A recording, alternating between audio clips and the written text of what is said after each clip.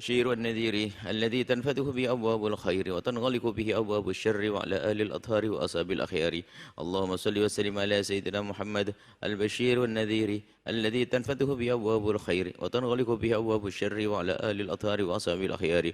اللهم صل وسلم على سيدنا محمد البشير والنذير الذي تنفتح به أبواب الخير وتنغلق به أبواب الشر وعلى آل الأطهار وأصحاب الأخيار. لا إله إلا أنت سبحانك إني كنت من الظالمين. لا إله إلا أنت سبحانك إني كنت من الظالمين. لا إله إلا أنت سبحانك إني كنت من الظالمين. أعوذ بكلمات الله التامات من شر ما خلق. أعوذ بكلمات الله التامات من شر ما خلق.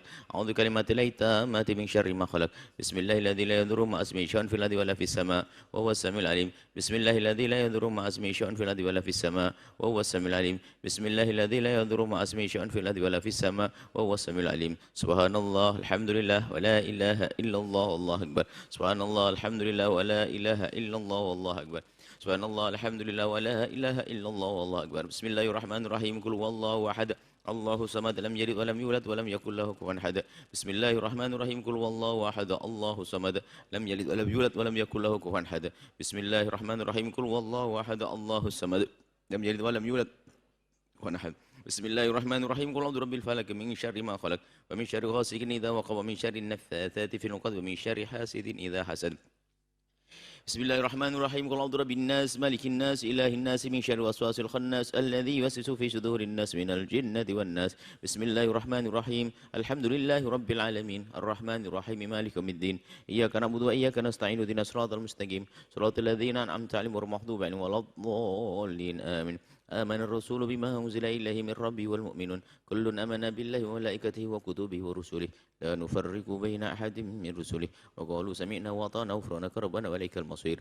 لا يكلف الله نفسا إلا وسعها لها ما كسبت وعلى ما اكتسبت. ربنا لا تؤاخذنا إن نسينا وأخطأنا. ربنا ولا تحمل علينا إسرا كما حملت على الذين من قبلنا.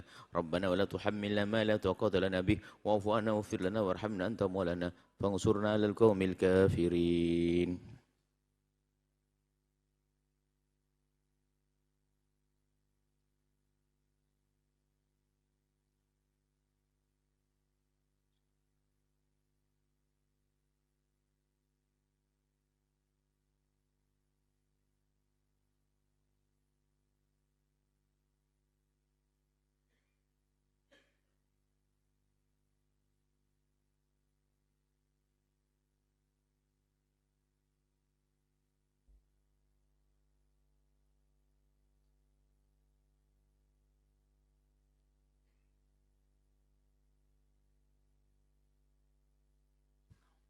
يا أرحم الراحمين يا أرحم الراحمين يا أرحم الراحمين فرج على المسلمين.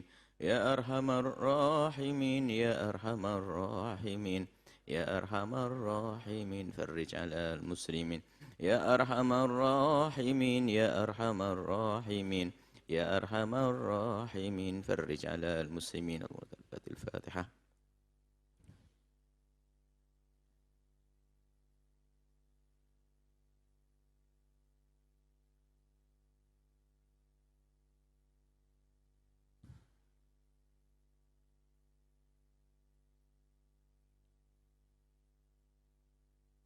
بسم الله الرحمن الرحيم. السلام عليكم ورحمة الله وبركاته. الحمد لله نحمده سبحانه وتعالى حمدا يوافي نعمه ويكافئ مزيده. يا ربنا لك الحمد كما ينبغي لجلال وجهك وعظيم سلطانك.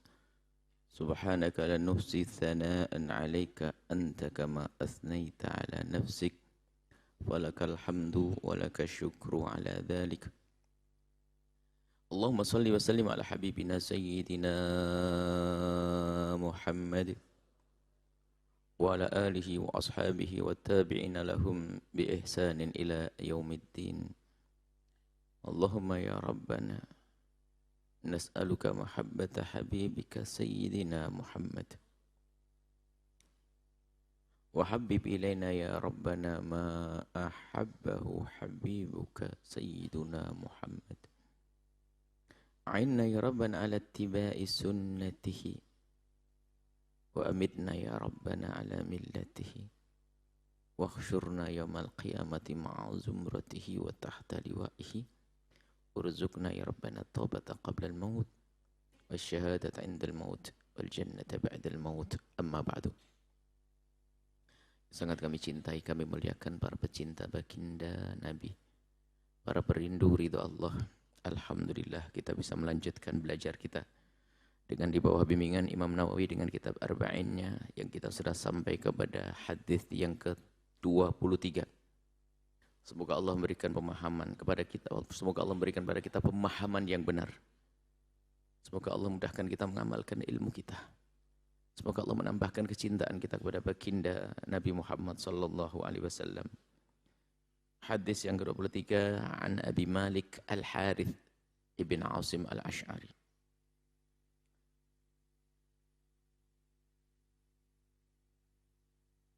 Abu Malik berkata, qala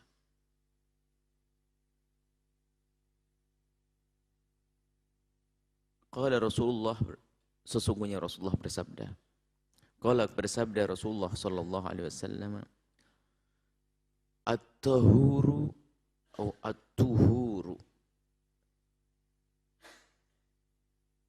syatrul imani walhamdulillahi tamla'ul mizan wa subhanallahi walhamdulillahi tamla'ani atau tamla'u bainas sama'i wal ardi. As-salatu nurun was-sadaqatu burhan was-sabru diya'un wal-Qur'anu hujjatun laka aw 'alaika kullu nasi yaghdu faba'i'un nafsahu famu'tikuha aw mubikuha rawahu Muslim. At-tahur, para pensyarah hadis menjelaskan tentang at-tahur atau at-tuhur. At-tahur bisa dimaknai at-tahur mubalaghah, berlebihan dari makna yang sangat mensucikan, sehingga di dalam bab fikih kalau mak tahur air yang suci dan mensucikannya.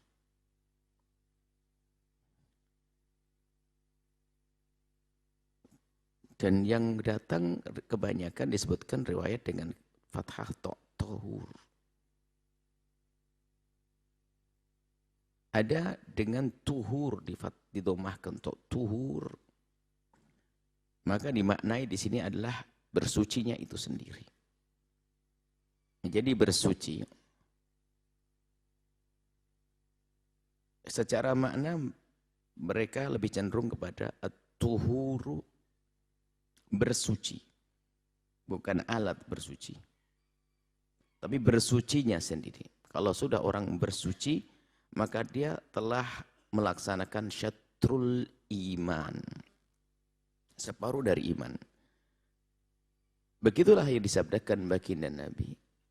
Maknanya apa? Kan begitu. Para ulama mensyarah hadis mencoba mencari-cari makna yang misalnya at-tuhur syatrul iman. Yang namanya sholat adalah termasuk iman. Iman seseorang melaksanakan sholat. Ternyata sholat baru dianggap sah kalau ternyata ada bersucinya. Maka bersuci dalam sholat adalah bagian daripada hal yang harus didatangkan untuk dianggap sholat tersebut menjadi diterima dan sah. Ini diantara makna bersuci. Dan Imam Ghazali jauh ke dalam lagi. Bukan sekedar bersuci zahir ini, akan tapi mensucikan batin. Karena hubungannya dengan al-iman. Satrul imani. Maka Imam Ghazali membidik kepada makna yang batin juga. Bersuci batin. Nah, ini termasuk ilmu yang setelah itu ditekuni oleh Imam Ghazali dengan ilmu membersihkan hati dari penyakit-penyakitnya. Karena ternyata penyakit-penyakit hati itu biarpun dia bukan kekufuran dan kesyirikan, akan tapi mengeroposkan iman. Menjadi keimam itu bisa hilang pada akhirnya. Kebencian, kedengkian, dengki, dendam, dan seterusnya itu. Maka Imam Ghazali bercerung memaknai tuhur di sini adalah bersihnya hati dari keraguan-raguan, was-was. Bersihnya hati dari kebencian, kedengkian, dan macam-macam penyakit. Lalu setelah terbebas dari penyakit menjadi hati yang bersih. Di dalamnya ada ikhlas, cinta kepada Allah. Nah, kalau sudah ada makna itu, sudah bersih hatinya, maka itu separuh daripada iman. Yang semula, iman itu kan at-tasdiq bil qalbi. Meyakini dengan hatinya akan adanya Allah, Nabi sebagai utusan, dan seterusnya, tasdiq bil qalbi. Jadi urusannya hati. Jadi biarpun hati sudah mempercayai bahwasanya Nabi Muhammad itu Nabi, bahkan mempercayai ada Tuhan Allah, akan tapi kadang kepercayaannya itu tidak banyak pengaruhnya dengan perilaku zahirnya. Sehingga ada orang beriman tapi bermaksiat. Ada orang beriman tapi melakukan dosa. Dia tidak keluar dari iman, sehingga madhab kita selain dari madhab Khawarij, madhab bahwasanya orang beriman bermaksiat tidak keluar dari iman. Pelaku dosa gede sekalipun masih dalam wilayah iman. Tidak menjadi murtad. Pelaku dosa gede sekalipun. Dan jika ia tobat dengan serius, maka dia akan kembali diampuni oleh Allah dan selesai kisahnya. Pun demikian kita tidak boleh mengentengkan tentang dosa. Maka di sini beliau lebih cenderung mengartikan makna itu. Untuk menyempurnakan, anggap saja iman itu mulai daripada tasdik, mempercayai, tapi untuk bisa sampai percaya yang sampai nanti ada iz'an, ada kepatuhan anggota tubuhnya kepada apa yang dirasa oleh hatinya, itu perlu proses pembersihan tadi. Harus ada tathhir, pembersihan. Kami lebih cenderung memaknai ini, bahwasanya mensucikan hati ada hubungan dengan iman adalah membersihkan penyakit-penyakit hati. Kebencian, kedengkian, dendam, prasangka buruk. Tanpa menafikan makna bersuci yang sesungguhnya seperti wudu. Wudu, ya, bisa saja dimaknai seperti itu secara makna zahir. Wudu kan syarat sahnya sholat secara zahir kan itu. Harus kita mendatangkan, harus bersuci, itu syarat sah zahir. Agar secara zahir dihukumi oleh para ahli fikih, hukum syariat zahir, sholatmu sah. Akan tetapi apakah itu akan diterima oleh Allah atau tidak, ini babnya beda. Jadi fikih itu membahas tentang ilmu zahir. Zahir keabsahan sholat, sholat, wudu. Sehingga orang berwudu dengan air curian, air gosok tetap sah, tapi dosa. Bisa saja dosanya lebih gede, dosanya tidak bisa untuk menutup apa? Amalnya tidak bisa menutup dosanya, bisa begitu. Ini bicara tentang fikih, hukum fikih zahir, sah. Jika ditinjau dari sisi ini sah-sah saja, akan tapi Imam Ghazali lebih jauh ke dalam bahwasanya ada hubungannya dengan keimanan, maka itu adalah pembersihan hati tadi. Dan ini ditekuni betul oleh beliau. Di dalam kitab Ihya-nya itu adalah menjelaskan tentang urusan penyakit hati panjang lebar beliau.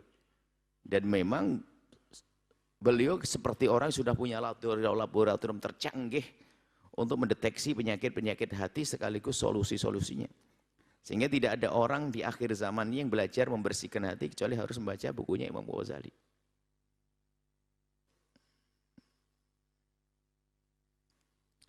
Baik, itu adalah urusan, itu panjang berarti ceritanya. Nanti kita akan masuk bab ilmu baru lagi, ilmu tasawuf. Ilmu membersihkan hati, ilmu tasawuf. Tathhirul qulub, tazkiyatun nufus, tahdzibun nufus, membersihkan hati. Baik. Kemudian ya, makanya subhanallah Imam Nawawi kalau memilih hadis itu luar biasa. Enggak main comot. Di balik ini lihat pensyarah hadis itu enggak habis-habis memberikan makna yang baru. Sehingga kalau kita membaca pensyarah hadis satu dengan yang lainnya itu beda yang diomongkan, kok nggak habis-habis. Hampir berbeda. Yang diomongkan, bahkan mungkin yang paling terakhir kita omongkan hari ini pun juga bisa berbeda dengan yang lainnya. Karena apa? Begitu agung, begitu luasnya. Makna yang disampaikan oleh baginda Nabi SAW. Dan ini kecerdasan Imam Nawawi dalam memilih hadis. Ini istikharah, bukan main comot. Pakai komputer sesuai kalimat yang cocok, comot 1-40 hadis, enggak begitu. Walhamdulillahi. Seorang membaca alhamdulillah. Tamla'ul mizan, akan memenuhi timbangan amal. Timbangan amal. Apa ini? Apakah alhamdulillah sebagai zikirnya? Atau alhamdulillah sebagai zikir yang pahalanya memenuhi atau memberatkan di timbangan? Ini dibahas oleh para ulama. Sebagian menyerahkan memang alhamdulillah itu sendiri kalau seandainya diletakkan di timbangan amal, begitu beratnya alhamdulillah. Tapi bisa dihubungkan dengan manusia, arti alhamdulillah dengan kita apa sih? Kalau bukan di saat kita mengucapkan alhamdulillah, kita menyadari keagungan nikmat Allah, nggak akan banyak artinya bagi kita sebagai manusia. Apa artinya alhamdulillah bagi Fir'aun? Apa artinya alhamdulillah bagi Abu Jahal? Apa artinya alhamdulillah dengan Musailimah al-Kadzab? Nggak ada artinya kan? Lalu berarti bagi siapa? Bagi ini umat ahli la ilallah yang mengucapkan alhamdulillah. Nah, dari sisi apa di sini? Maka Ibnu Hajar al-Haytami mengisyaratkan tentunya yang paling tepat dia dibawa kepada pahalanya mengucapkan alhamdulillah dengan tulus serius, yang tidak lain itu adalah hakikat syukur nanti pada akhirnya. Mensyukuri karunia Allah, dan mensyukuri karunia Allah itu mengundang pahala, tamla'ul mizan, akan memenuhi timbangan amal. Nah, ini juga perlu syarah yang panjang. Alhamdulillah itu yang serius itu seperti apa sih? Apakah cukup kalimat lidah berucap alhamdulillah tanpa menyadari keagungan kenikmatan Allah? Kalau iya seperti itu, berarti itu hanya zikir dengan lesan, pahalanya pahala lesan. Makanya para ulama juga mengatakan jangan sampai di saat kamu tidak khusyuk lalu kamu tidak berzikir. Sebab dirimu terdiri dari jasadmu dan rohmu dan batinmu dan hatimu. Sehingga kalau hatimu belum bisa berzikir, paling tidak lesanmu berzikir sudah dapat pahala, namanya pahala lesan. Kesempurnaannya adalah di samping lesan berucap, hati menyadari, maka sempurnalah pahala lesan dan hati. Ada zikir lesan dan hati, itu hendaknya yang dihadirkan oleh orang yang beriman, yang sesungguhnya. Cuman ada orang zikir dengan lesannya, dan ini bisa saja orang munafik. Tapi bisa saja orang beriman berzikir dengan lesannya, cuman belum bisa khusyuk. Ada orang yang hanya berzikir dengan hatinya di saat lesan diam, tapi hatinya selalu ingat Allah. Jadi kuncinya yang paling utama tetap di dalam hati, tapi bukan berarti lesan tidak ada artinya. Alhamdulillah, mengucapkan alhamdulillah dengan lesan kita, itu pahalanya semacam itu. Biarpun nanti setelah itu para pensyarah hadis memahamkan bahwasanya alhamdulillah ternyata kunci. Kapan orang bisa mengucapkan alhamdulillah dengan serius? Di saat dia menyadari karunia. Karunia itu apa? Ya, mensyukuri nikmat. Mengucapkan alhamdulillah. Puji syukur kepada Allah. Berarti kan didahului oleh kesadaran akan nikmat. Bagaimana? Sehingga di saat seorang bagaimana tidak memenuhi timbangan. Kalau alhamdulillah serius, alhamdulillah karena kekayaan yang Allah berikan. Sehingga kekayaan dengan alhamdulillahnya yang serius digunakan untuk kebaikan. Maknanya syukur. Diberi tahta. Lalu ada orang yang mengatakan alhamdulillah di saat dia tidak punya apa-apa. Seperti yang ditemukan pada zaman tabi'in, ada seorang dengan lengkap penyakitnya. Koreng semuanya di seluruh badannya. Bahkan dikatakan lepra, terputus-putus, patah-patah tangannya. Sudah tidak bisa ngapa-ngapain, hanya duduk saja, cuman tergerak mulutnya. Pada penasaran mulutnya bergerak, ngomong apa dia? Didekatkan telinga, mulut yang bergerak, didengar. Ternyata kalimat yang ucapkan adalah alhamdulillah. Ajib.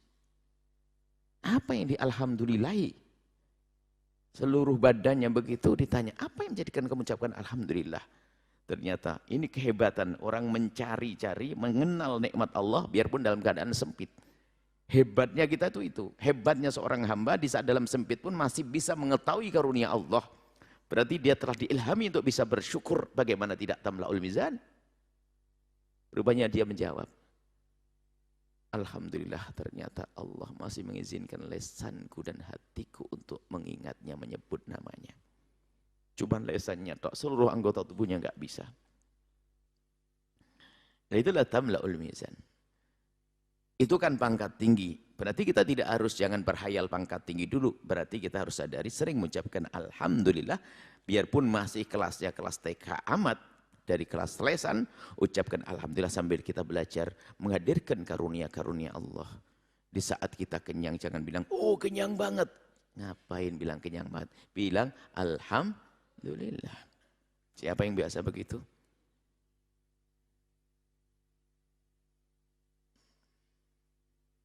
Biasa menghadirkan kalimat alhamdulillah. Sampai di saat mendapatkan satu ujian bisa mengucapkan alhamdulillahi. Sebab hendaknya memang kita berani mengucapkan alhamdulillah ala kulli halin dalam segala keadaan. Sehingga sebagian mengatakan dalam keadaan alhamdulillah ala kulli halin itu berarti adalah diuji tapi dia bisa mengucapkan alhamdulillah. Cuman kalau Anda sudah dengar rumus begini lalu kami mengatakan alhamdulillah ala kulli halin, Anda ngomong Buya dapat musibah, begitu kan? Nah, ini kan problem juga. Jadi ya sudah alhamdulillah. Ala kulli hal itu dirasakan bahasanya dalam segala keadaan hendaknya kita mengucapkan alhamdulillah. Maksudnya apa? Mencari-cari.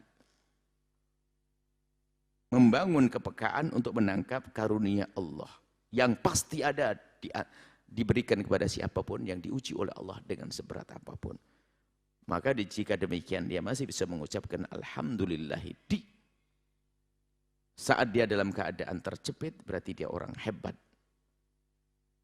Luar biasa. Bagaimana di saat dengan karunia-karunia? Tapi yang bisa bersyukur di saat karunia Allah berikan, belum tentu dia bersyukur di saat ujian Allah timpakan. Baik. Subhanallah walhamdulillah, subhanallah tasbih mensucikan Allah. Tamla'ani atau tamla'us bainas sama'i wal ard. Tasbih ditambah tasbih subhanallah. Maknanya mensucikan Allah. Mensucikan Allah dari hal-hal yang tidak layak dinisbatkan kepada Allah. Subhanallah adalah mensucikan Allah. Meyakini, memantapkan kembali di hati kita. Makna mensucikan itu apa sih? Mungkin selama ini kita mensucikan. Kebayang orang baru nyuci baju, mensucikan baju. Apa? Mensucikan Allah dari apa ini?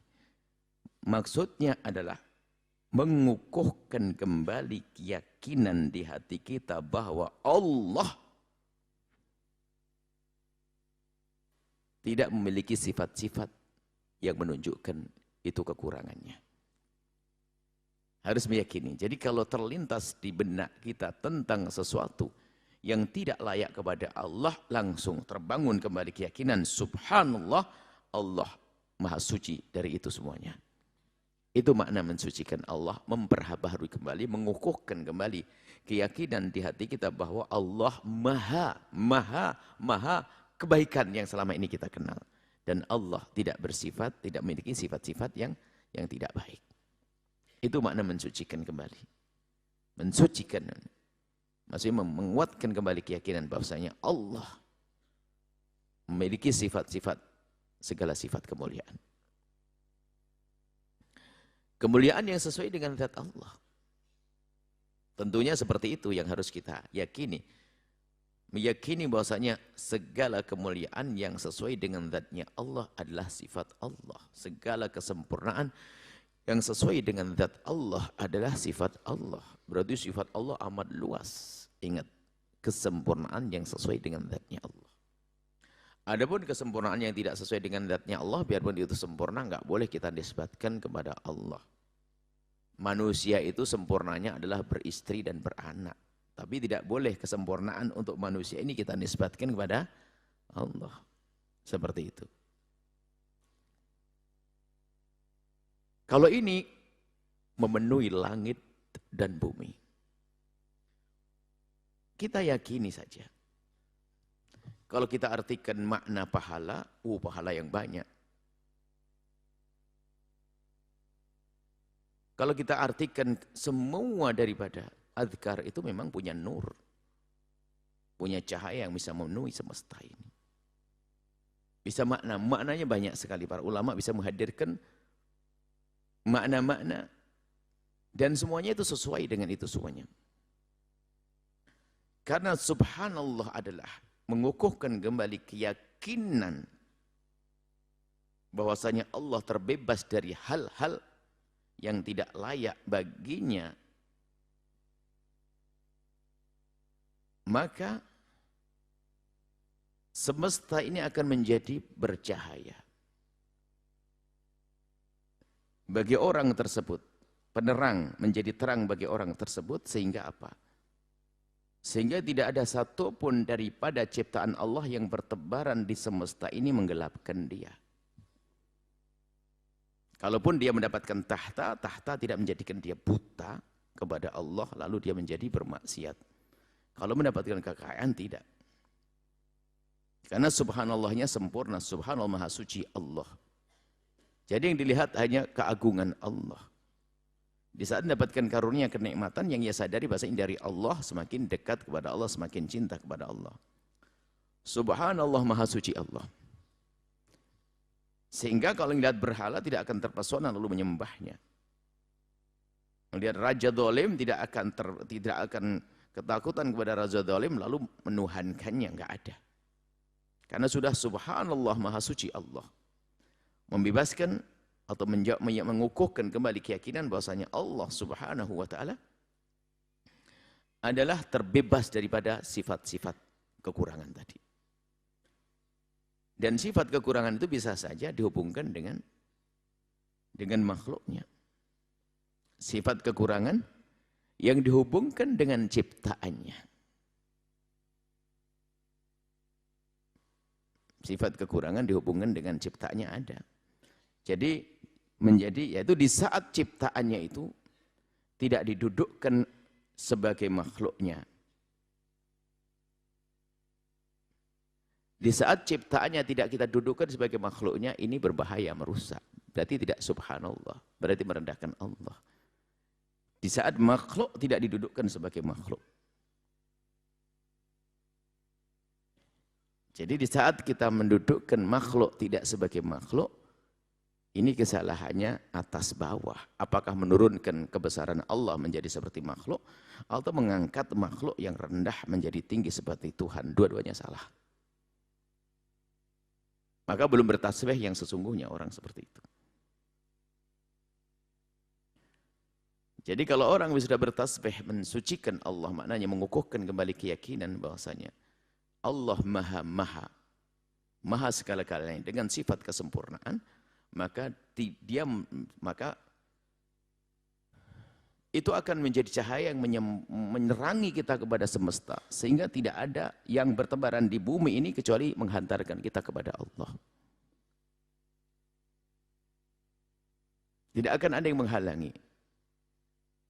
Ini kalau kita tinjau dari sisi keimanan. Dan itu dengan cara mensucikan, membebaskan Allah daripada sifat-sifat atau mengukur kembali keyakinan bahasanya Allah tidak boleh bersifat-sifat yang menunjukkan kekurangannya.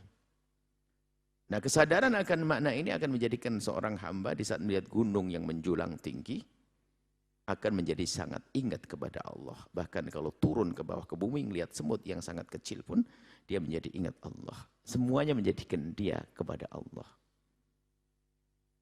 Sehingga di saat melihat gunung menjulang dia bisa berkata subhanallah, menjulang, tinggi, agung. Dan di saat melihat semut yang kecil pun dia tetap mengucapkan subhanallah yang menciptakan semut ini. Karena dia menemukan di balik semut ini apa hikmahnya. Itu subhanallah. Wassalatu nur. sabdakan oleh Nabi, sholat itu cahaya.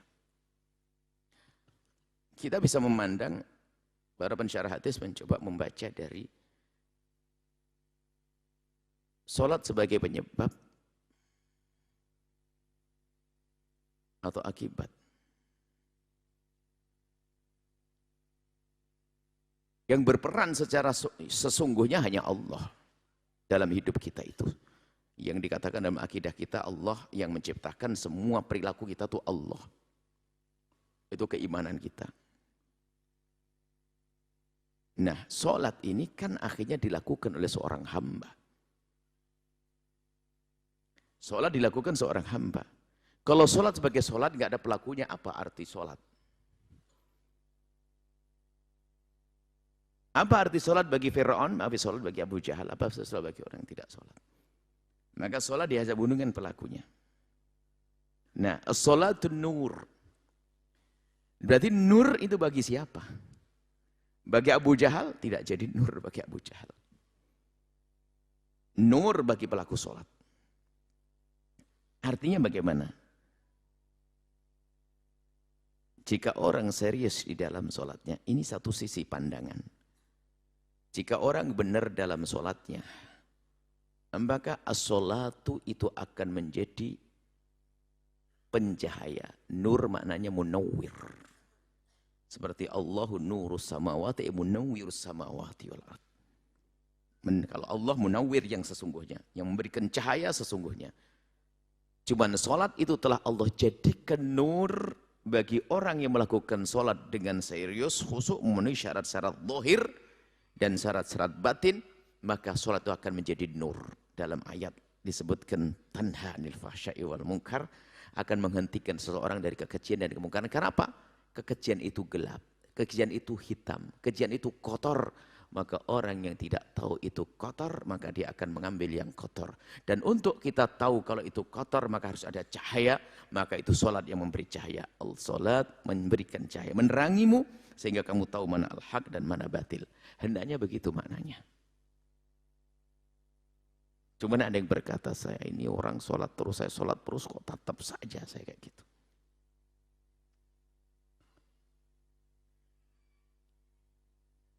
Ini saya sholat tapi belum. Ada orang katanya sholat tanahanil fahsya'i wal munkar.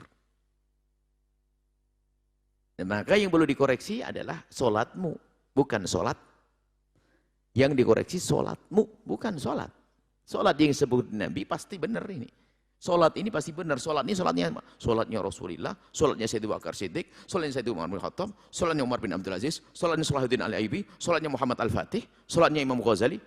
Sholat kita ini gimana? Rajin sholat masih ngomong kasar sama suami. Nggak usah senyum.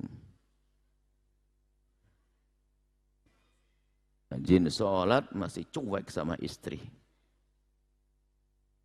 Ini perlu koreksi. Bukankah sholat tanhanil fahsya'i wal munkar? Tanhanil fahsya'i wal munkar. Ini makna. Dan kami lebih sedang menggabungkan makna-makna itu, hendaknya kita ambil semuanya. Tapi makna ini hanya sebatas keyakinan. Kita harus meyakini bahwasanya kalau orang sholatnya benar itu akan begitu. Tapi belum terwujud. Maka kita ambil makna yang kedua.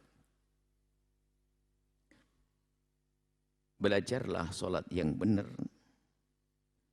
Tanpa bosan dan henti untuk tetap meningkatkan kualitas sholatmu. Ingat janji dari Allah melalui lisan Nabi, kalau kamu terus membenahi sholatmu dengan serius, maka kamu akan mendapatkan penerangan. Dari sinilah kita hendaknya memberi makna. Sholat yang baik, sholat berusaha sholat yang khusyuk. Perangkat-perangkat dalam kesempurnaan sholat. Wudunya dari mana kau ambil air wudu? Baju yang kamu pakai dari mana? Lalu di mana kamu sholat? Berusaha untuk menyempurnakan ini, lihat janji. Nggak mungkin tidak. Maka kalau kita sholat itu benar, maka akan sampai kepada Salat itu akan menghentikan kemungkaran. Karena dia akan memberikan kepada kita penerang agar kita tidak terperosok di dalam lubang-lubang fahsya tadi, kekejian.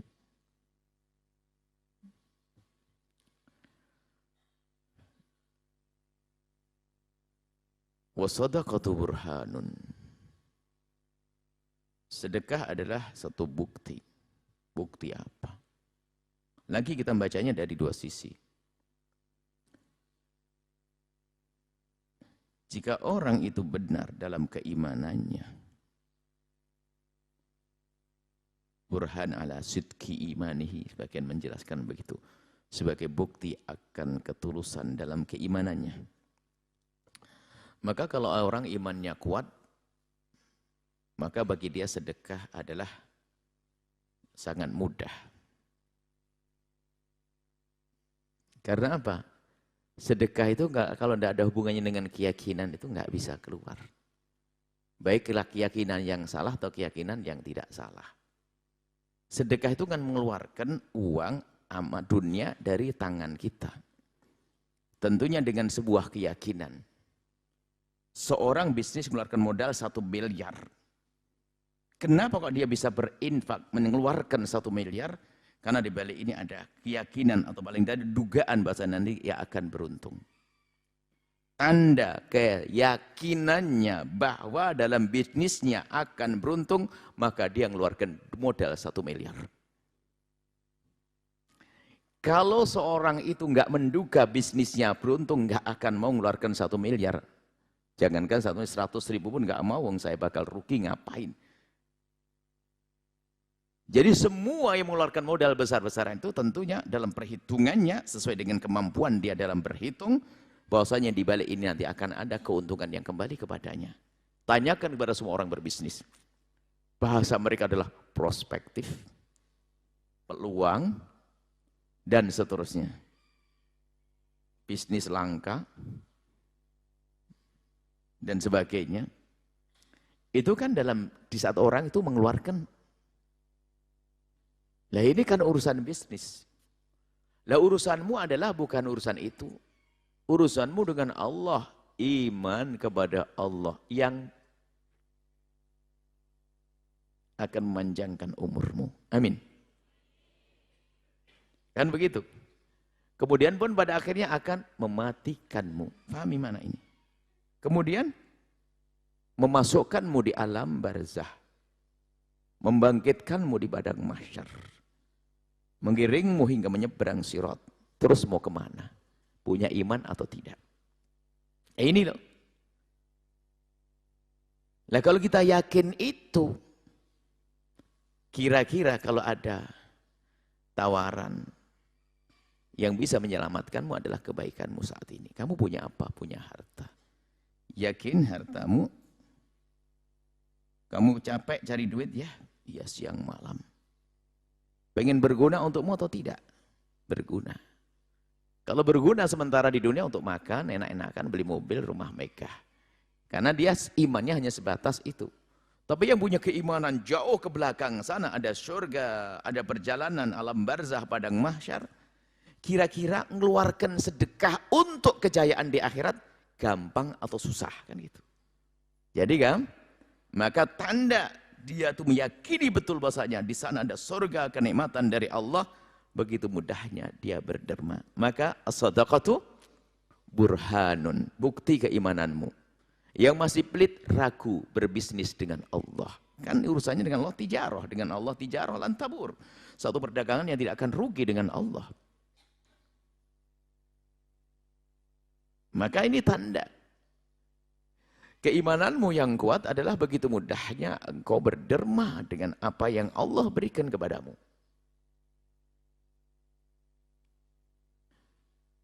Nah ini, semua harus meyakini, harus menguatkan kembali keyakinan tentang akhirat. Lalu bagaimana kita berbekal? Berbekal. Wasabru diyaun. Ini panjang memang kalau kita. Karena hadis kita masih banyak. Yang penting kita bisa mengambil beberapa makna untuk bisa kita terapkan dalam kehidupan kita. Sedekah. Jangan menyerah. Seperti orang mencari dunia bisnis itu nggak mau nyerah. Sampai ngutang-ngutang untuk modal jual rumah hanya karena tertipu ada orang ngajak bisnis. Wah, banyak nyungsep kan? Karena yakin dulu. Kepada orang baru kenal aja yakin bisa mengeluarkan modal segitu banyak. Masa kepada Allah kurang yakin?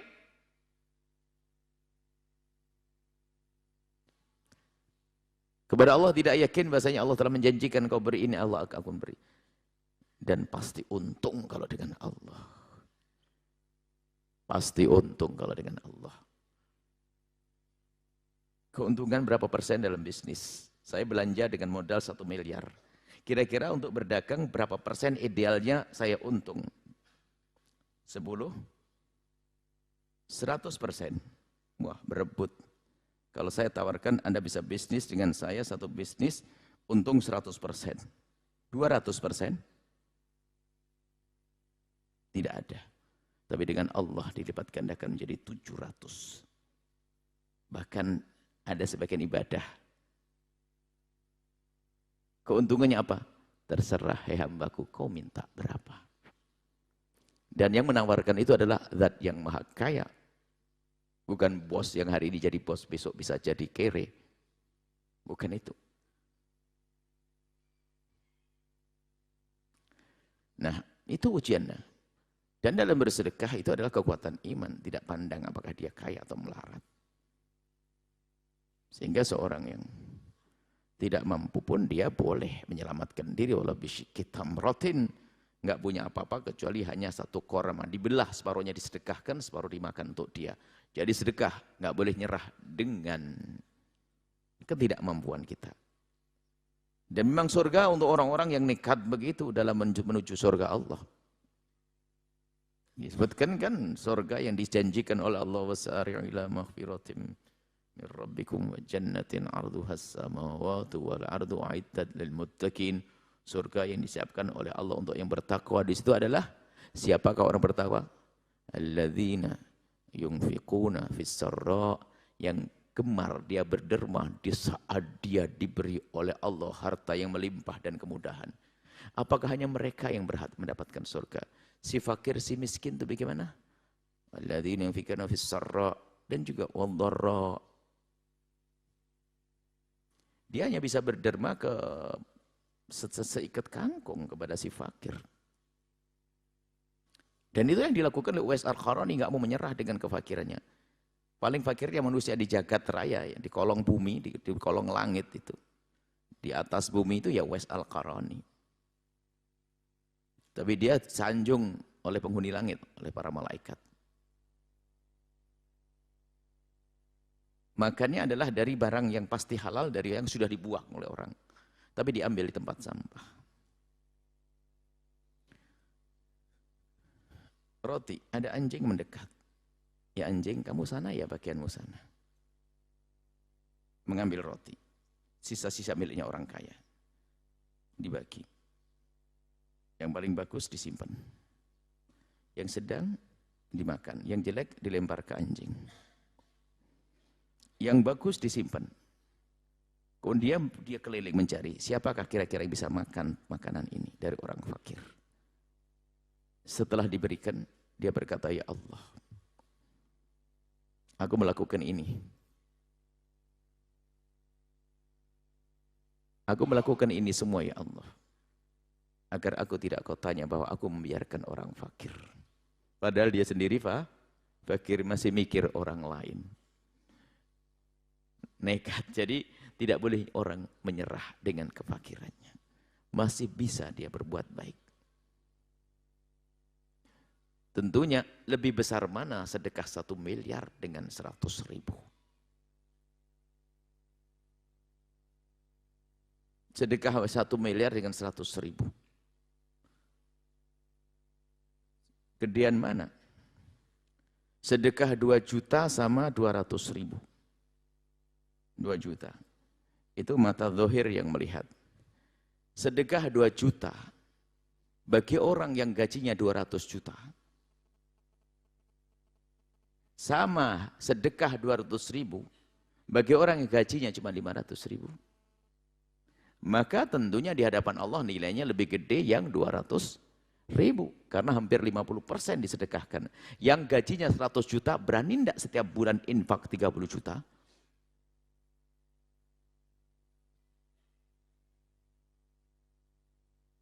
Makanya yakini bahwasanya Allah tuh memberikan kesempatan kepada kita untuk bisa berbuat baik dengan apapun yang Allah berikan kepada kita. Allah Maha Adil. Mungkin gaji Anda hanya 500 ribu, tapi Anda bisa mencuil dari 500 ribu itu dengan 20 ribu, 10 ribu yang rutin. Anda berikan kepada fakir yang di kiri kanan Anda, atau masjid, atau pesantren, atau apa. Anda bisa dengan itu semuanya. Tentu dengan catatan Anda tidak punya ketoliman yang pada orang lain tentunya. Ada nanti rambu-rambu cara bersedekah. Tapi sedekah yang benar akan menjadi burhan. Wasabru diyaun. Kesabaran seorang hamba itu penerang. Bagaimana kesabaran dianggap sebagai penerang? Sama cara membacanya dua sisi. Orang itu kalau memang berbekal dengan kesabaran yang luar biasa. Dan sabar itu ada dasar. Sabar itu ada dasar-dasarnya. Pertama ilmu dan keyakinan. Anda sabar perut Anda dirobek wahai ibu yang solehah. Dasarnya apa kok Anda mau? Dasarnya informasi dokter, ibu bayimu sehat. Cuman kalau lahir normal nggak bisa, malah bahaya. Maka dirobek, jadi mau dirobek perutnya. Maka sabar bisa, karena ada dasar. Bisa kan sabar, akhirnya ibu bayar. Perutnya dirobek, bayar, aneh banget. Dan dia bersabar merasakan sakit. Bapak-bapak harus sayang kepada istri dan ibu. Melahirkan tuh nggak tahu sakitnya kayak apa. Alhamdulillah kita kaum pria tidak merasakannya. Itu taruhannya nyawa. Tapi seorang istri menjalani itu semua dengan kesenangan dua sisi. Kesenangan harapan anak yang akan lahir, kesenangan di saat dia menyenangkan suami. Ketutup semuanya. Kalau pakai akal-akalan, perempuan itu gila semuanya. Kalau bukan pakai makna keimanan, kayak mau mati. Mau melahirkan mau mati. Setengah mati. Akan tapi begitu hikmah Allah. Apa yang menjadikan dia sabar? Kok berani itu semuanya? Ada harapan. Anak. Ada harapan pahala. Ada harapan. Jadi yang menjadikan orang sabar adalah keyakinan. Maka jika seseorang hamba itu sudah punya keyakinan yang benar, punya kesabaran yang benar, tentunya kesabaran atas dasar keyakinan. Apa arti sebuah musibah? Maka itulah yang pernah ditemui dari para kekasih Allah. Di saat ditimpakan musibah kepadanya, dia mengucapkan Alhamdulillah. Kita bingung kenapa Alhamdulillah. Rupanya dia penuh dengan keyakinan bahwa tidak ada musibah yang Allah timpakan kepada orang yang beriman, kecuali karena Allah ingin menghapus dosanya. Dan dia merasa banyak dosa, dengan sakitku akan dihapus dosaku, sehingga aku tidak akan merasakan lagi di neraka. Atau dengan ditimpakan musibah, Allah akan mengangkat derajatnya. Dia berkata, aku ingin pangkat tinggi di hadapan Allah. Dengan musibah yang Allah timpakan kepada orang beriman, itu laksana menabung tabungan yang luar biasa, besar dan agung di akhirat. Dia berkata dalam hatinya, lumayan aku saat ini nabung. Maka dengan penuh keyakinan lalu dia bisa tersenyum di saat ditimpakan kepadanya musibah, maka kesabaran itu akan menerangi hidupnya sehingga dia tidak merasa terpuruk dengan musibah yang Allah timpakan kepadanya. Wasabru diyaun.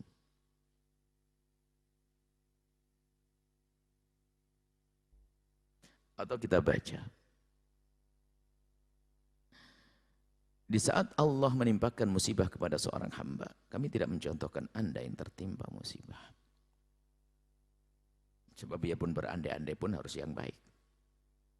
Saya pun tidak bisa ngomong seandainya Anda ketimpa musibah, enggak. Seandainya ada orang tertimpa musibah, biarpun Anda juga orang. Tapi memang bahasa itu ada makna panjatan. Kalau ngomong itu yang baik. Jika seorang hamba tertimpa musibah, hendaknya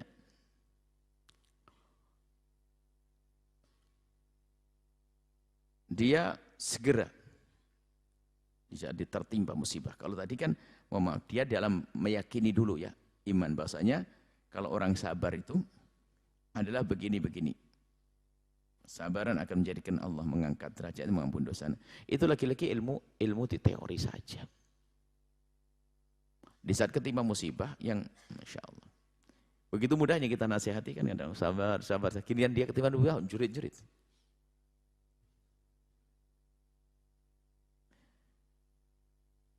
Maka, di saat Allah menimpakan kepada seorang hamba musibah, hendaknya dia bergegas.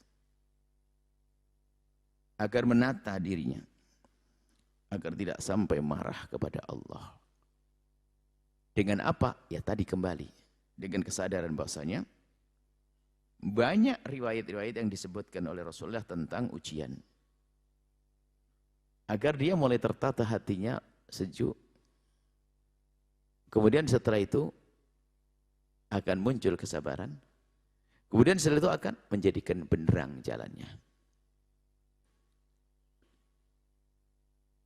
Banyak riwayat yang menjadikan orang bisa menata hati untuk sabar. Sebagai orang beriman.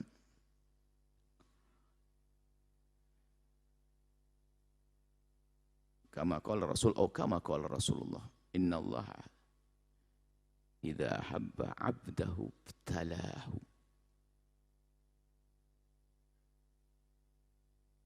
Allah itu kalau mencintai hambanya diuji dengan ujian. Ujian berat Allah timpakan kepada sebagian kekasihnya.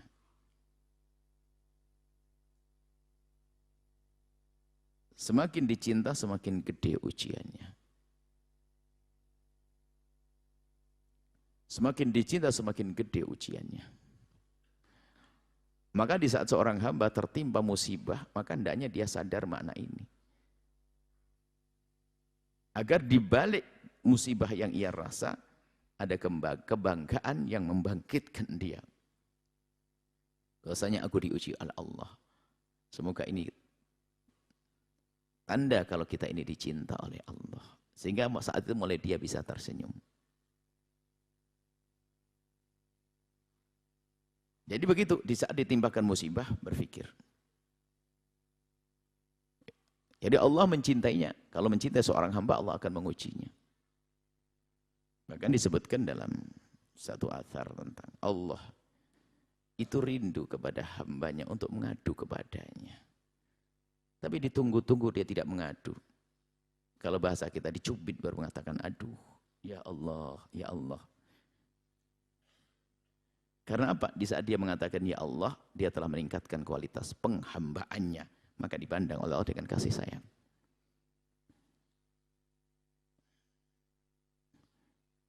Lah, ini kan sabar dalam musibah. Ternyata sabar ini adalah bukan dalam musibah yang pahit. Yang ketimpa dia, kita yang susah. Berarti dia kurang sedikit cerdas. Coba dipilih. Ada orang ketimpa musibah. Kita ngumpulin duit. Kita lagi nabung duit, tetangga kita sakit. Kemudian butuh bantuan. Lalu minta bantuan ke kita. Ngomel kita. Yang sakit dia, yang bantu kita. Yang sakit dia, yang bantu kita. Sekarang suruh milih. Jadi kamu milih apa? Apakah kamu milih sudah ngumpulin duit, kemudian kamu sakit sendiri? Enakan mana? Kamu ngumpulin duit, yang sakit tetangga. Atau kamu ngumpulin duit, sudah ngumpulin duit, kamu sakit? Enggak mau. Ya, sudah ngumpulin duit, dia sendiri yang sah. Nah, sebenarnya dari sederhana ini, membantu orang itu tidak akan rugi. Belum lagi ini ahli iman. Ada hitungannya di hadapan Allah. Wasabru dia, ternyata kesabarannya menjadi penerang bagi kita. Sehingga ketimpa musibah pun, sehingga musibah itu tidak menjadikan dia putus asa. Ada sabar dia, sehingga dia sadar bahwa ini dari Allah akan menjadi sebab pengampunan dosa, pengangkatan derajat, dan pahala yang berlipat. Termasuk bisa diuji dengan karunia. Dia bisa bersabar dengan kekayaannya, sehingga apa? Dia tidak tertipu, tidak terjerumus dengan kekayaannya. Bagi mudah baginya mengeluarkan kehilangan dari kekayaannya. Pernah kita membuat contoh. Anda meninggalkan rumah. Anda pengen, kalau secara dohir, Anda punya rumah, pengen punya perabot yang bagus, ada emas, permata di rumah Anda. Pengen nih orang hubud dunia, apa ini bicara hubud dunia dulu, cinta dunia. Di rumah ada kekayaan, ada emas, permata, dan sebagainya. Satu, si A betul di rumahnya banyak kekayaan. Kalung emas di lemari ini. Dia pergi dengan tetangganya si B. Selama ini seolah-olah hidupnya kan si A kaya, si B fakir. Fakir nggak punya apa-apa di rumahnya, nggak ada. Panci satu, penggorengan satu, wajan satu, ini satu. Pergi bareng. Pergi bareng. Setelah di jalan ada berita.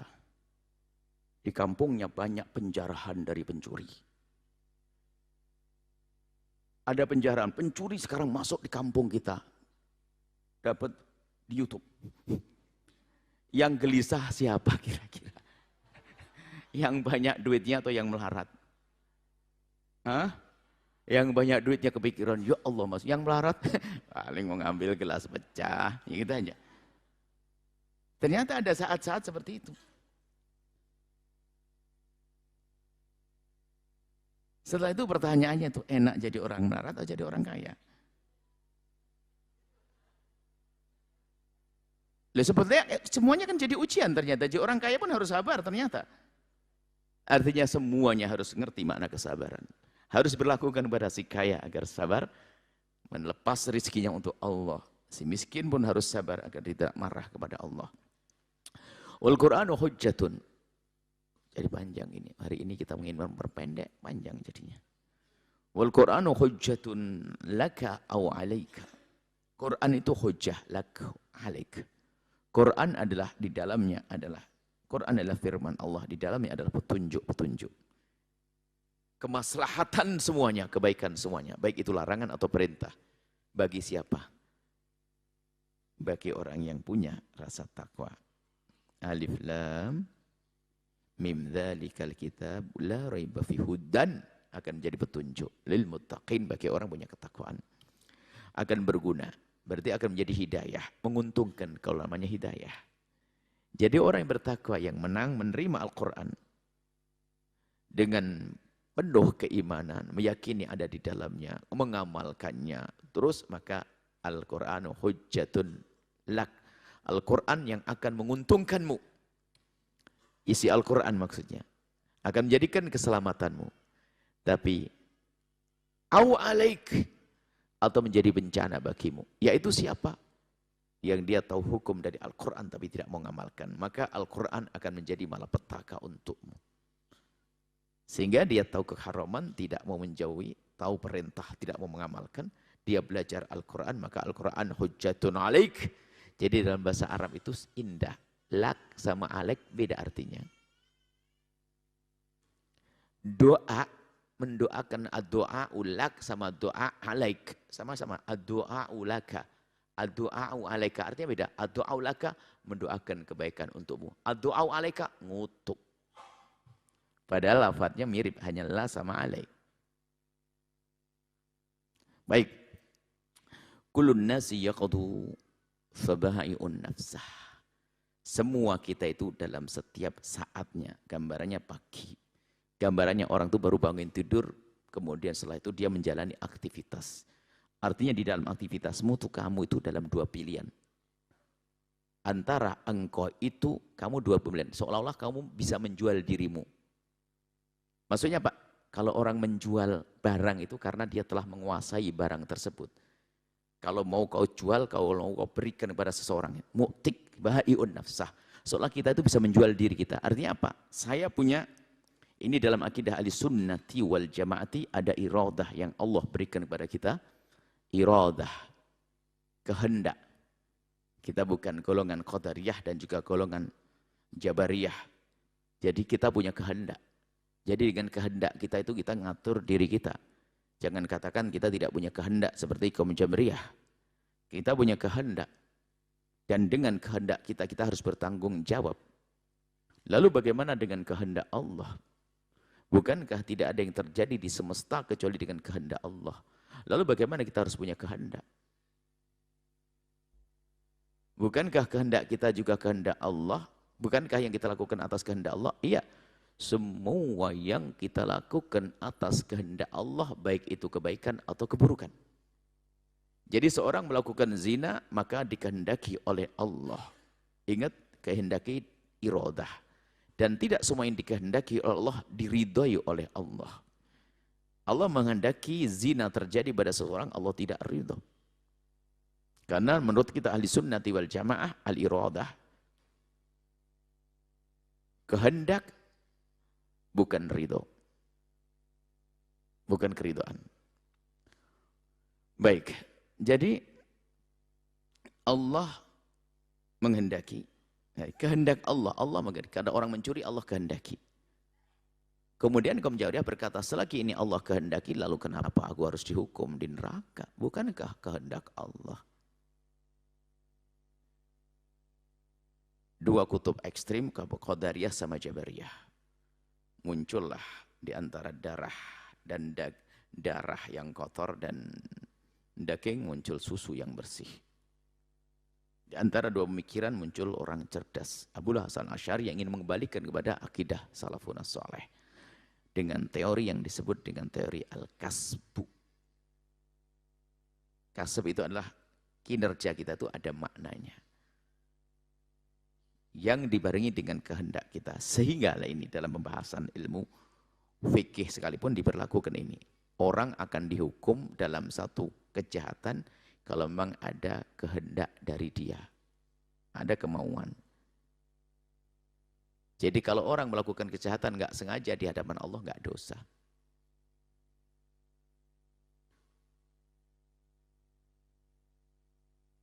Pernah masinis di penjara?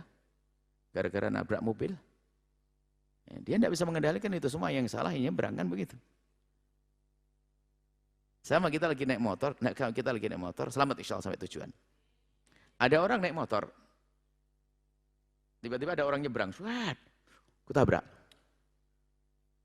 Apakah yang nabrak motor dianggap dosa di hadapan Allah? Tidak, karena tidak ada kehendak dari dia. Kecuali dia tadi ngincer tuh orang asik, jeder, baru itu dosa dia. Nah, berarti di sini ada kehendak. Tanpa kehendak tidak dosa. Orang bangun, tidur, ngelintur, bunuh orang, nggak dosa dia. Termasuk orang gila, nggak ada kehendak caranya. Maka di sini ada makna kehendak yang kita harus dihadirkan dalam urusan akidah. Ba'in nafsa ini adalah karena dia punya kehendak. Maka ba'in nafsa ini adalah hadis yang sangat sesuai dengan akidah kita ahli sunnah wal jamaah asy'ariyah. Jadi begini. Kami sederhanakan dan kalimat sederhana. Kita bertanggung jawab atas kehendak kita. Maka kalau kita melakukan sesuatu tanpa kehendak kita, enggak. Orang yang irti'ash, apa namanya? Ada orang yang tangannya gerak sendiri, apa namanya? Hah? Ini orang Indonesia enggak ngerti bahasa Indonesia. Ya sudah, bukan gini-gini. Itu enggak bisa diucapkan. Yang sana enggak dengar radio. Kayak gini-gini. Apa namanya? Irti'ash, apa itu? Irti'ash itu gemeteran sendiri itu apa? Bukan ayan, ayan begini, masa bisa, wah ini jauh banget, ini orang mana ini? Begitu ayan. Apa?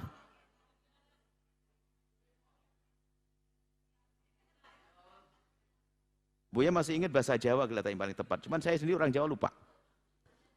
Apa ya?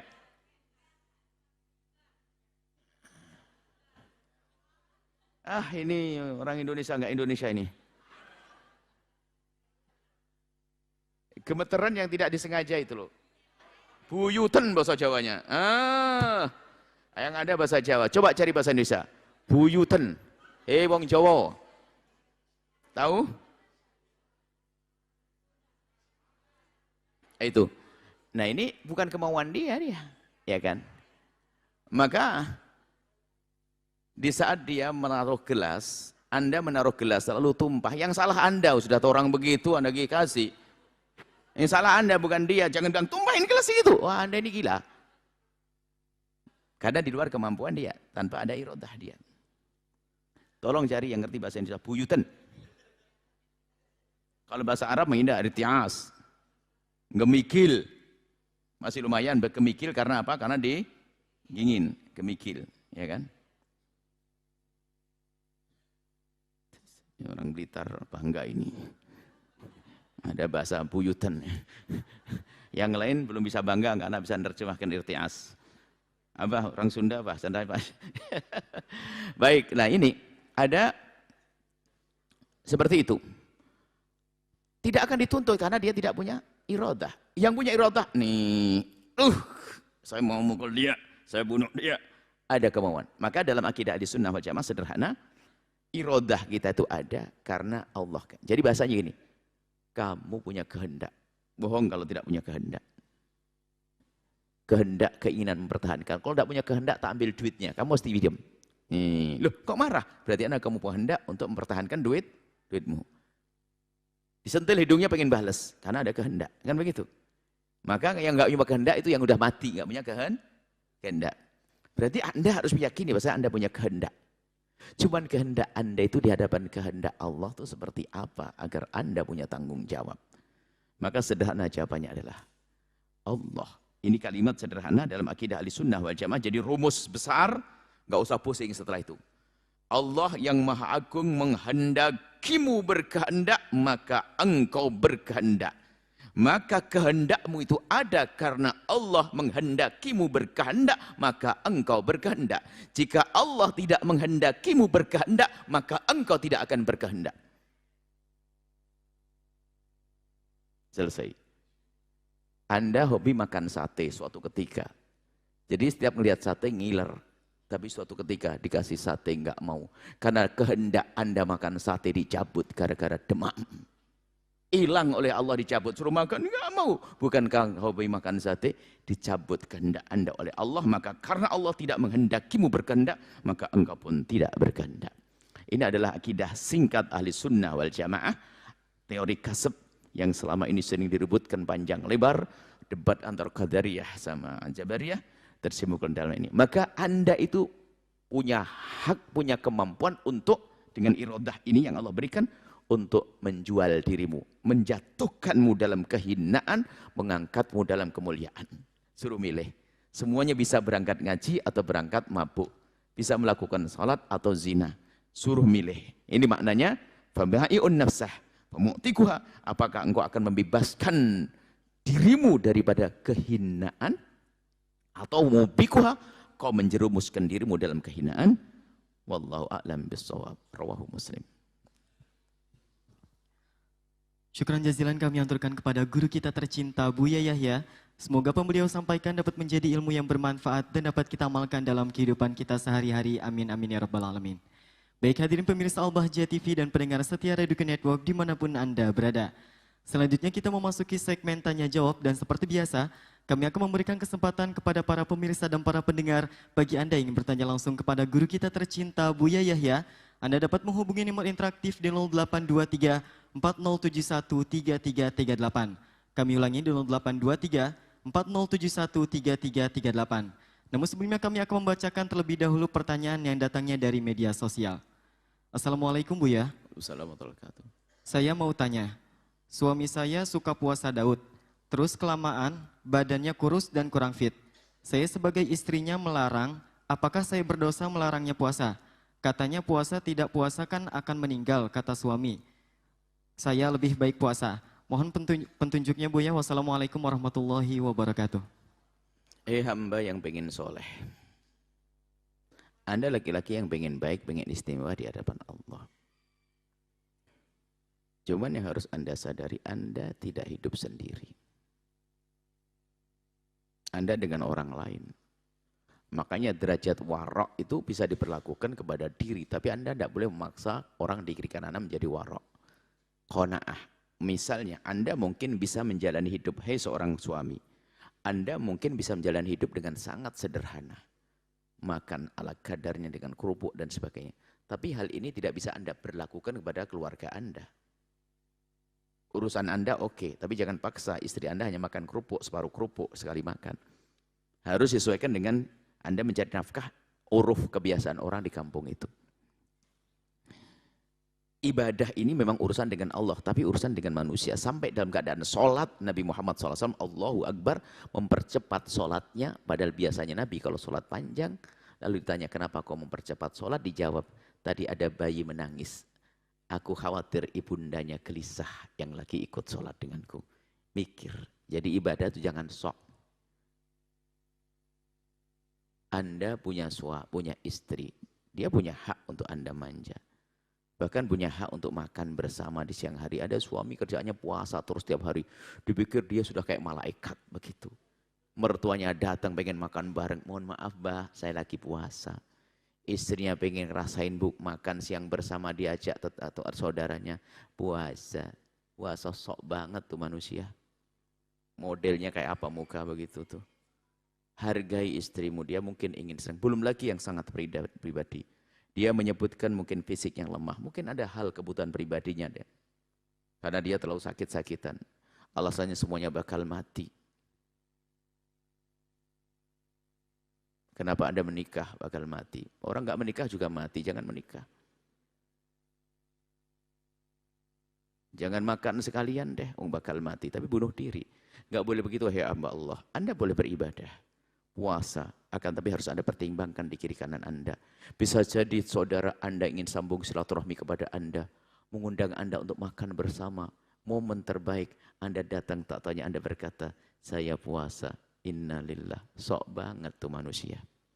Padahal kalau dia punya ilmu, dia ikut makan menyenangkan mereka, sudah perut kenyang, pahala puasa utuh. Kan pinter dia. Jadi tidak seperti itu, hamba Allah. Pertimbangkan siapa yang di kiri kanan Anda. Istri kadang-kadang mohon maaf, istri ya pengen melihat suaminya agak benar dikit deh modelnya. Jangan kurus-kurus amat atau jangan ini barangkali atau apa. Kalau masalah kurus nggak ada masalah, cuman mungkin lemah. Kerja nggak serius, ngantukan.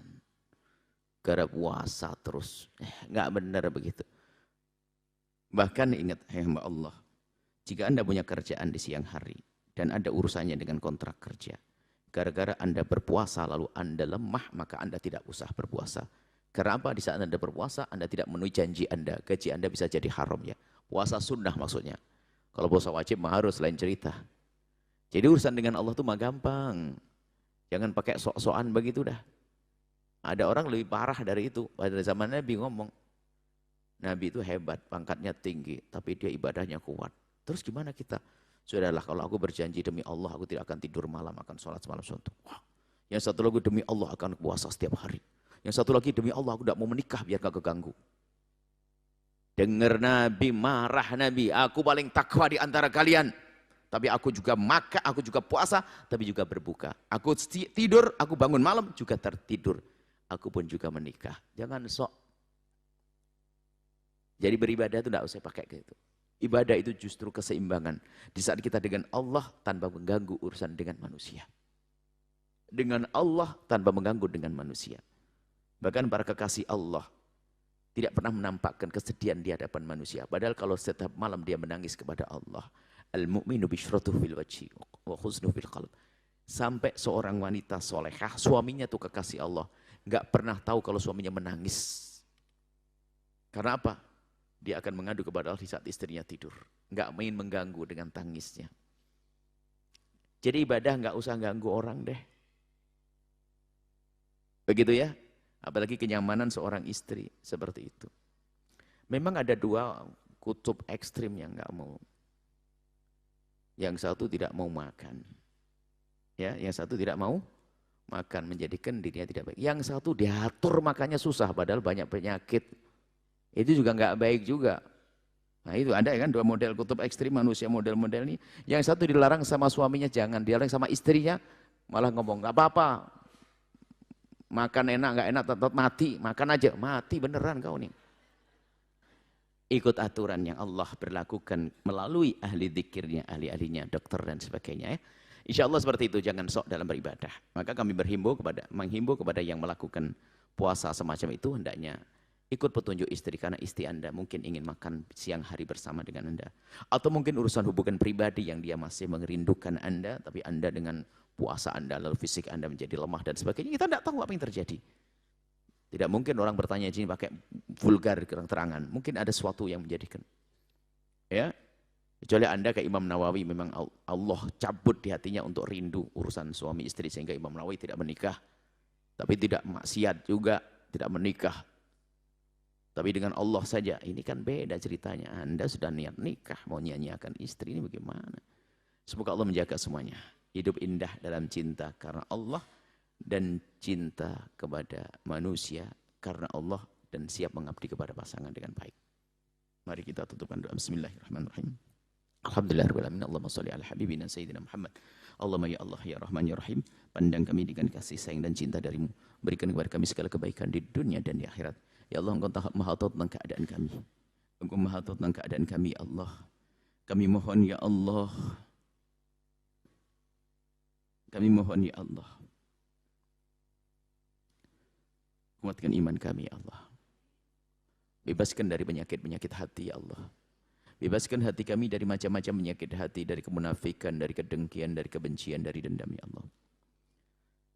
Dan kami mohon ya Allah, jadikan solat kami solat yang kau terima ya Allah. Solat yang menjadikan kami berubah di dunia ini ya Allah. Dengan kebaikan-kebaikan menjauhi kemungkaran seperti yang kau janjikan ya Allah. Jadikan solat kami yang menjadi terangkat derajat kami kelak di surga ya Allah. Ya Allah, jadikan solat kami benar-benar cahaya kami dalam menjalani hidup ini. Sehingga kami bisa memilah mana yang hak dan mana batil. Mana yang berguna dan mana yang tidak berguna ya Allah. Ya Allah, kami mohon ya Allah. Jadikan kami ahli sedekah ya Allah. Mudah berderma ya Allah dengan apapun yang kau berikan kepada kami. Dan berikan kepada kami bekal yang cukup untuk bersedekah ya Allah. Untuk berderma dan jadikan sedekah itu adalah cahaya Allah. Jadikan sedekah-sedekah yang kami lakukan penguat iman, tanda keimanan kami ya Allah. Dan kami mohon, jauhkan kami dari keputusasaan saat mendapatkan ujian. Dan jauhkan kami dari terlena di saat kau beri karunia. Maka berikan kepada kami kesabaran ya Allah.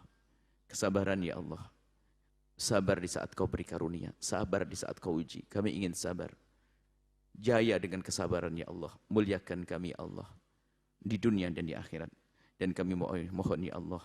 Kami selama ini belajar ilmu untuk mendekatkan diri kepadamu. Belajar ilmu Al-Quran. Memahami isinya. Memahami hukum-hukummu ya Allah.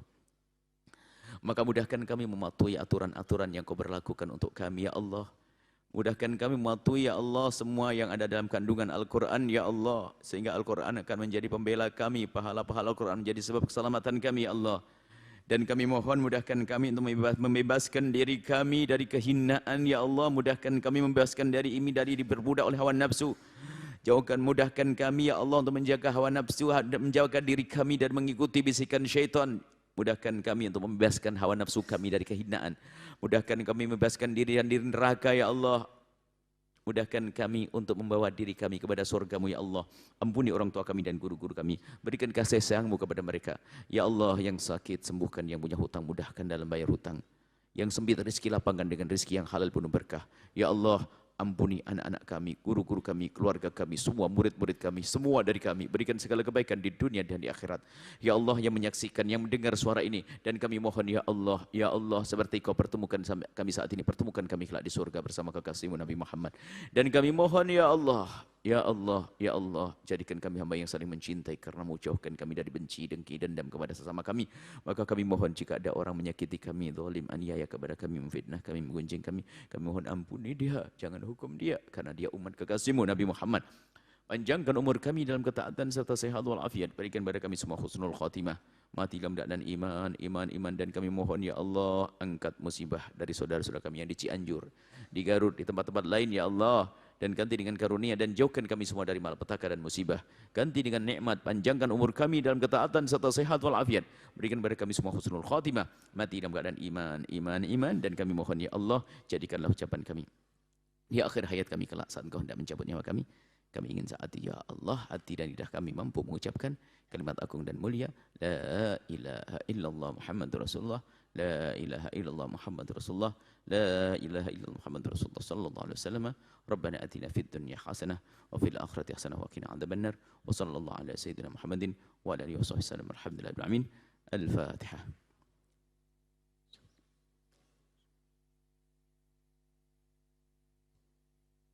Makasih, mohon maaf dan mohon doa selalu. Wabillahi taufiq hidayah. Assalamualaikum warahmatullahi wabarakatuh.